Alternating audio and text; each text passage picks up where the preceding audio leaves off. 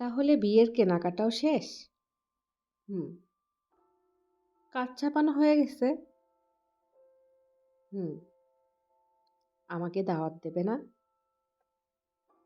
মামুন অনেক কষ্টে মুখে হাসি ফুটিয়ে তোলে।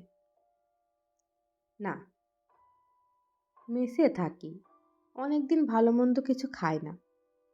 দাওয়াত দিলে অন্তত একটা দিন ভালো মন্দ কিছু খেয়ে আসতে পারতাম। ঈশিতা কোনো জবাব না দিয়ে নিচের ঠোঁটটা কামড়ে দৃষ্টি অন্যদিকে ফেরায়। আমাদের ছেলে হলে কি নাম রাখবো ঠিক করেছিলাম, মনে আছে? স্বাধীন। আর মেয়ে হলে? মৌমিতা। তোমার সাথে বিয়েটা তো হলো না, বাচ্চা কাচ্চা হলে দুজনার ঠিক করা নামগুলো অন্তত রেখো। ঈশিতার বাম চোখ থেকে পানির বড় একটা ফোঁটা টুপ করে মাটিতে পড়ে। মামুন, অনেকক্ষণ ধরে আটকে রাখা আবেগগুলো হঠাৎ করে যেন বাঁধ ভেঙে বেরিয়ে আসে। চলো না আমরা কাজী অফিসে গিয়ে বিয়ে করে ফেলি। মামুন ঈশিতার দিকে তাকিয়ে হাসে। এই হাসি আনন্দের নয়, অপারগতার। বিয়ের কার্ড ছাপানো হয়ে গেছে ইস্যু। হোক। তোমার বাবা মা অনেক বড় লজ্জায় পড়ে যাবেন। পড়ুক। বাসায় যাও ঈশিতা।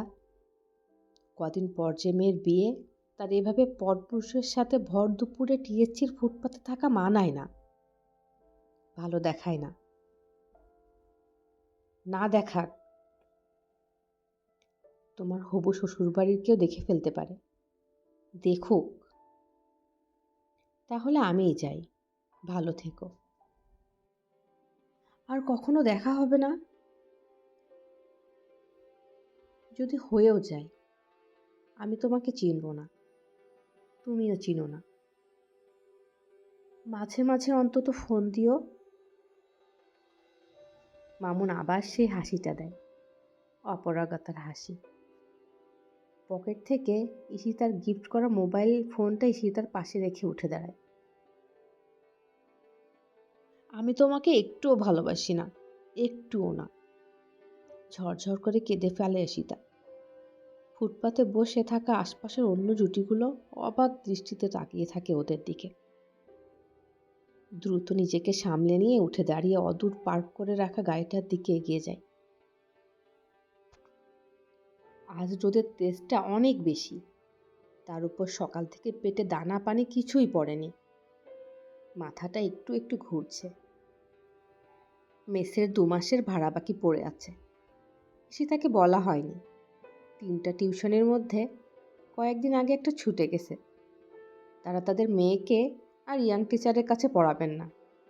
আফসোস, ওই টিউশনের বেতনটাই সবচেয়ে বেশি ছিল। গতকাল রাতে মা ফোন দিয়েছিলেন, কিছু টাকা পাঠাতে বলেছেন। ছোট ভাইটার এইচএসসি ফর্ম ফিল আপের টাকা জমা দেওয়ার জন্য হাতে আর মাত্র 3 দিন সময় আছে। মামুন জানে, যত কষ্টই হোক একটা সময় ঈশিতা নিজেকে সামলে নিতে পারবে।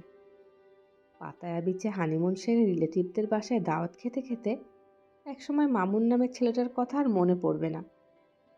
তারপরও অলস কোনো এক দুপুরে নরম ফোমের বিছানায় গা এলিয়ে ফেসবুকে কারো স্ট্যাটাস পড়তে গিয়ে হয়তো পুরনো স্মৃতি মনে করে কোনো দিন যদি মুক্তোর দানার মতো এক বিন্দু পানি এসে জমে, সেটাই মামুনের জন্য অনেক বড় পাওয়া।